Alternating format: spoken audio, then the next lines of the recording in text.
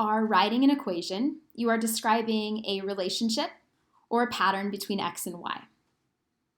When you're writing an equation, you need to start by defining what those variables stand for. The only time you won't be defining your variables is if I define them for you. When I ask you to define your variables, what this means is please describe in words what x and y stand for in the equation. So when you're defining your variables, you're not including any numbers in that description. In your equation, the y is the dependent variable.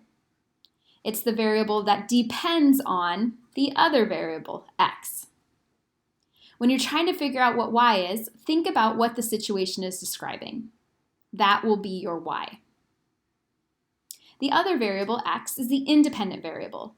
It is the one that causes y, that causes the dependent variable to change. Often x stands for time. So if in doubt, try time.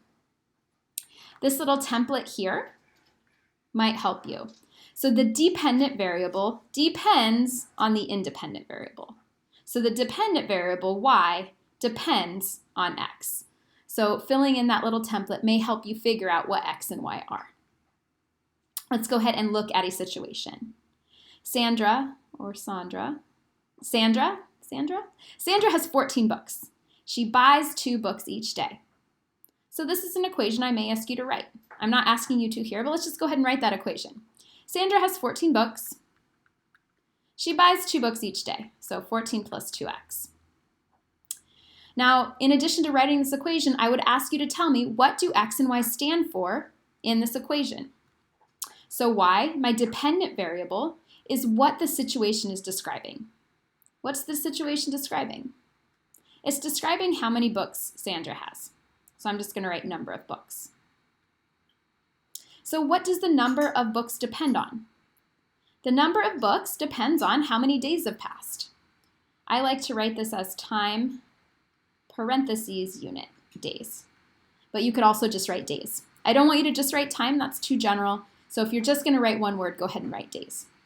So in this equation, each day is going to add 2 to how many books she has, y.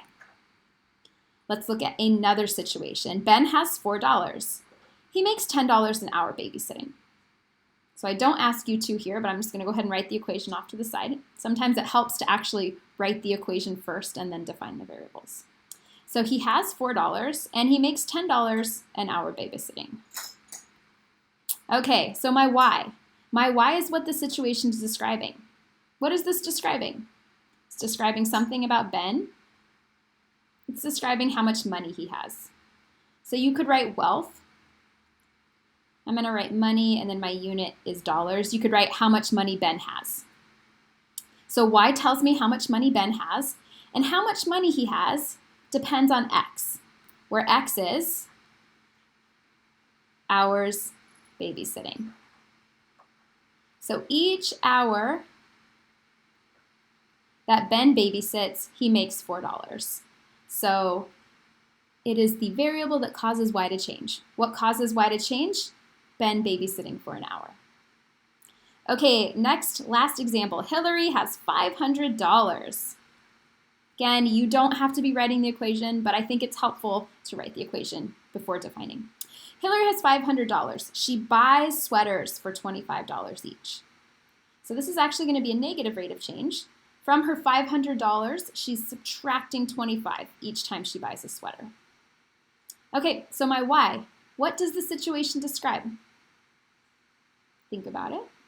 Yep, again, it describes money. It describes how much money Hillary has. And you can write that more broadly, or more specifically. More specifically, you can write how much money Hillary has. So she starts with $500, and then she subtracts $25 each time she buys a sweater. So what is causing y to change? Yep, number of sweaters Hillary buys. So how much money Hillary has depends on how many sweaters she buys. Now, I'd like you to notice that I've been defining y first and then x. Usually on any sort of assignment, it'll have define x and then define y. But it's fine to do the y first. I think it's easier to define y first and then think, what does y depend on? So even though on the paper it'll say define x, define y, it's fine to define y first. It's also fine to write the equation first. So it'll say define x, define y, write the equation. I think it's helpful to write the equation first because then you can think about what x and y stand for.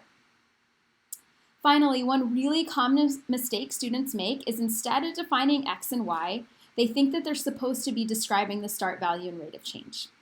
So that's not what we're doing. That would be a totally different question. For number 1, I could say, what's the start value? What's the rate of change? So the start value is she has 14 books. The rate of change is 2, oh my gosh, my handwriting, 2 books. She buys 2 more books each day. Okay, so this is great. This is something I will ask you to do. There will be whole assignments where we do this, but that is not what defining variables is.